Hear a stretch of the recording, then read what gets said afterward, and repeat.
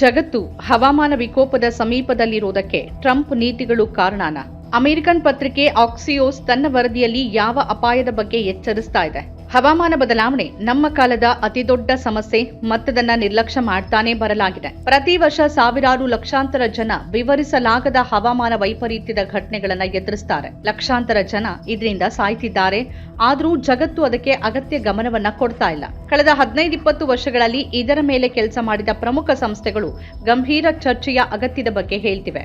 Ozone ಪದರ ಸವಕಳಿ ಬಗ್ಗೆ ಚರ್ಚೆ ನಡೆದಾಗ 1992ರಲ್ಲಿ ಜಗತ್ತು ಬಾರ್ಸಿಲೋನಾದಲ್ಲಿ ಒಟ್ಟುಗೂಡಿತು.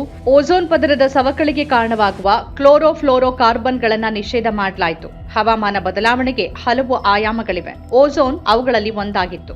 ಆದರೆ ಇಂಗಾಲದ ಹೊರಸೂಸುವಿಕೆ ಇವತ್ತಿಗೂ ದೊಡ್ಡ ಬೆದರಿಕೆ ಆಗಿಯೇ ಉಳಿದಿದೆ. 2014ರಲ್ಲಿ ಮತ್ತೊಮ್ಮೆ ಇಡೀ ಜಗತ್ತು ಒಟ್ಟಾಗಿ ಈ ಅಪಾಯದ ಬಗ್ಗೆ ಚಿಂತಿಸಿತು. UN framework convention on climate ಚೇಂಜ್ನ ಆಶ್ರಯದಲ್ಲಿ ಇಡೀ ಜಗತ್ತು ಸಭೆ ಸೇರಿ ಇಂಗಾಲದ ಹೊರಸೂಸುವಿಕೆ ನಿಯಂತ್ರಿಸೋಕೆ ನಿರ್ಧರಿಸಿತು. ಅದಕ್ಕಾಗಿ ಗುರಿ ನಿಗದಿಪಡಿಸಿತು.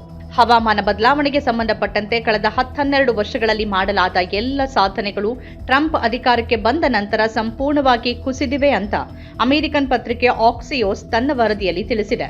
ಹವಾಮಾನ ಬದಲಾವಣೆಗೆ ಸಂಬಂಧಪಟ್ಟಂತೆ ತೆಗೆದುಕೊಳ್ಳುವ ಕ್ರಮ ಮತ್ತು ಹೂಡಿಕೆಯಲ್ಲಿ ಗಮನಾರ್ಹ ಕುಸಿತವಾಗಿರುವ ಬಗ್ಗೆ ಅದು ಹೇಳ್ತಿದೆ. ಈ ಕುಸಿತ ಬಹಳ ಅಪಾಯಕಾರಿ ಅಂತ ಹೇಳಲಾಗ್ತಿದೆ. ನಾವು ಇನ್ನೂ ಹವಾಮಾನ ಬದಲಾವಣೆಯ ವಿರುದ್ಧ ಗೆದ್ದಿಲ್ಲ. ಆ ದಾರಿಯಿಂದ ದೂರ ಸರಿದ್ರೆ ಮತ್ತೊಮ್ಮೆ 2014ರ ಹಂತಕ್ಕೆ ಹೋಗ್ತೀವಿ ಅಂತ ಎಚ್ಚರಿಸಲಾಗಿದೆ. 10-15 ದಿನಗಳ ಹಿಂದೆ ಟ್ರಂಪ್ ಪ್ರಪಂಚದಾದ್ಯಂತ 66 ಪ್ರಮುಖ ಸಂಸ್ಥೆಗಳಿಂದ ಹಿಂದೆ ಸರಿಯುವ ಅಮೆರಿಕದ ನಿರ್ಧಾರದ ಬಗ್ಗೆ ಪ್ರಕಟಿಸಿದ್ರು. ಅಂತಹ ಪ್ರಮುಖ ಸಂಸ್ಥೆಗಳಲ್ಲಿ UN framework convention on climate change ಕೂಡ ಸೇರಿದೆ. ಕಳೆದ 30 ವರ್ಷಗಳಿಂದ ಇದು ಅತ್ಯಂತ ಪರಿಣಾಮಕಾರಿ ಯುಎನ್ ಸಂಸ್ಥೆಯಾಗಿತ್ತು. ಹವಾಮಾನ ಬದಲಾವಣೆಯನ್ನು ಎದುರಿಸುವಲ್ಲಿ ಜಗತ್ತಿನ ಯಾವುದೇ ಸಂಸ್ಥೆ ಭಾಗವಹಿಸಿಲ್ಲ. ವಿಶ್ವಸಂಸ್ಥೆಯ ಸಾಮಾನ್ಯ ಸಭೆಯಲ್ಲೂ ಎಲ್ಲ ದೇಶಗಳು ಸದಸ್ಯತ್ವ ಹೊಂದಿಲ್ಲ. ಎಲ್ಲಾ ದೇಶಗಳು ಸದಸ್ಯರಾಗಿರುವ ಏಕೈಕ ಸಂಸ್ಥೆ ಇದು. ಚಿಕ್ಕ ದ್ವೀಪ ರಾಷ್ಟ್ರವು ಇದರ ಸದಸ್ಯತ್ವ ಹೊಂದಿದೆ. ಆದರೆ ಈಗ ಅಮೆರಿಕ ಅದರಿಂದ ಹಿಂದೆ ಸರಿದಿದೆ.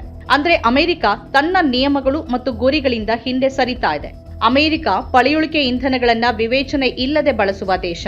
ಅದು ಹವಾಮಾನ ಒಪ್ಪಂದವನ್ನ ನಿರ್ಲಕ್ಷಿಸುತ್ತೆ ಮತ್ತು ಹವಾಮಾನ ಬದಲಾವಣೆಯನ್ನ ಮತ್ತಷ್ಟು ಉಲ್ಬಣಗೊಳಿಸುವ ಹೊಣೆಗೇಡಿ ಕೆಲಸ ಮಾಡುತ್ತೆ. ಆದ್ರೆ ನಾವು ವಿಪತ್ತಿನತ್ತ ಸಾಕ್ತಿವಿ. ಇದು ಯಾಕೆ ಹೀಗಾಗ್ತಿದೆ ಅಂತಂದ್ರೆ ಇದಕ್ಕೆ ರಿಪಬ್ಲಿಕನ್ ಪಕ್ಷದ ಸೈದ್ಧಾಂತಿಕ ನೆಲೆ ಕಾರಣ. ಅದು ಧಾರ್ಮಿಕ ಮತಾಂತರ ಸಂಘಟನೆ ಅಂತಾನೆ ವಿಶ್ಲೇಷಕರು ಹೇಳ್ತಾರೆ.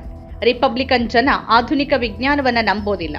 ಟ್ರಂಪ್ ನೀತಿ ಯಾವ ದಿಕ್ಕಿನಲ್ಲಿ ಸಾಗುತ್ತೆ ಅನ್ನೋದನ್ನ ಅವರ ಈಗಿನ ನಿರ್ಧಾರ ಸ್ಪಷ್ಟಪಡಿಸುತ್ತೆ. ಹವಾಮಾನ ಬದಲಾವಣೆ ಕುರಿತಾದ ಅಮೆರಿಕನ್ ನೀತಿ, ವಿಶೇಷವಾಗಿ ಟ್ರಂಪ್ ಸರ್ಕಾರದ ಪ್ರಸ್ತುತ ನೀತಿ ಆ ದಿಕ್ಕಿನಲ್ಲಿ ಸಾಗ್ತಾ ಇದೆ. ಹವಾಮಾನ ಬದಲಾವಣೆ ಮತ್ತು ಹವಾಮಾನ ರಕ್ಷಣೆಯ ಮೇಲಿನ ಬಹುಮುಖ ದಾಳಿಯನ್ನ ಈಗ ನೋಡ್ತಿದ್ದೇವೆ. ಅಮೆರಿಕದಲ್ಲಿನ ತೈಲ ಲಾಬಿ ಮತ್ತು ಪಳೆಯುಳಿಕೆ ಇಂಧನ ಲಾಬಿ ಕೂಡ ಟ್ರಂಪ್ ನಿಲುವಿನ ಹಿಂದಿದೆ. ಆದ್ರಿಂದ ಟ್ರಂಪ್ ಪಳೆಯುಳಿಕೆ ಇಂಧನಗಳ ಮೇಲೆ ವಿಧಿಸಲಾಗ್ತಿರುವ ಎಲ್ಲ ನಿರ್ಬಂಧಗಳನ್ನು ತೆಗೆದುಹಾಕಿದ್ದಾರೆ.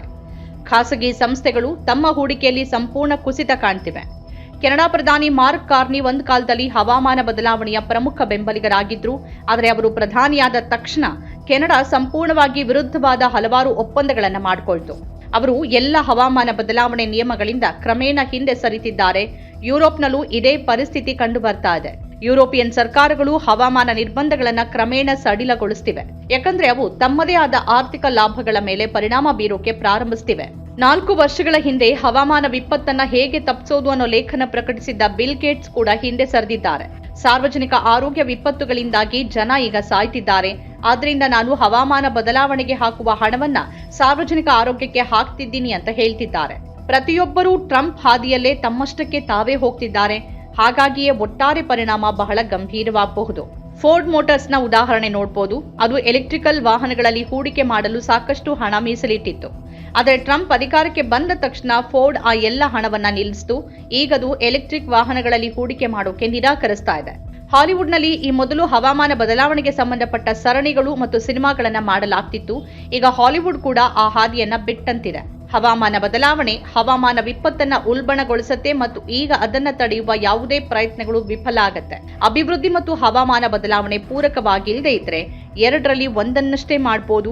ಎರಡೂ ಒಟ್ಟಿಗೆ ಸಾಧ್ಯವಿಲ್ಲ ಎಂಬ ಸುಳ್ಳು ವಾದವೊಂದನ್ನ ಹರಡಲಾಗ್ತಿದೆ. ಆದರೆ ಚೀನಾ ಇದನ್ನ ಧಿಕ್ಕರಿಸಿದೆ. CO2 ಹೊರಸೂಸುವಿಕೆಯಲ್ಲಿ ಜಾಗತಿಕ ಕಡಿತ ಮತ್ತು ಎಲೆಕ್ಟ್ರಿಕ್ ವಾಹನಗಳಲ್ಲಿನ ಹೂಡಿಕೆ ಎರಡನ್ನೂ ಅದು ನಿಭಾಯಿಸ್ತಾ ಇದೆ. ಚೀನಾ ಇದನ್ನ ಸಾಧಿಸಿದೆ ಮತ್ತು ಅದೇ ಹೊತ್ತಲ್ಲಿ ತನ್ನ ಬೆಳವಣಿಗೆಯನ್ನು ಉಳಿಸಿಕೊಂಡಿದೆ. ವಿಶ್ವಸಂಸ್ಥೆಯ ಚೌಕಟ್ಟಿನಿಂದ ಅಮೆರಿಕ ಹಿಂದೆ ಸರಿಯೋದು ದೊಡ್ಡ ಹೊಡೆತವಾಗಿದೆ.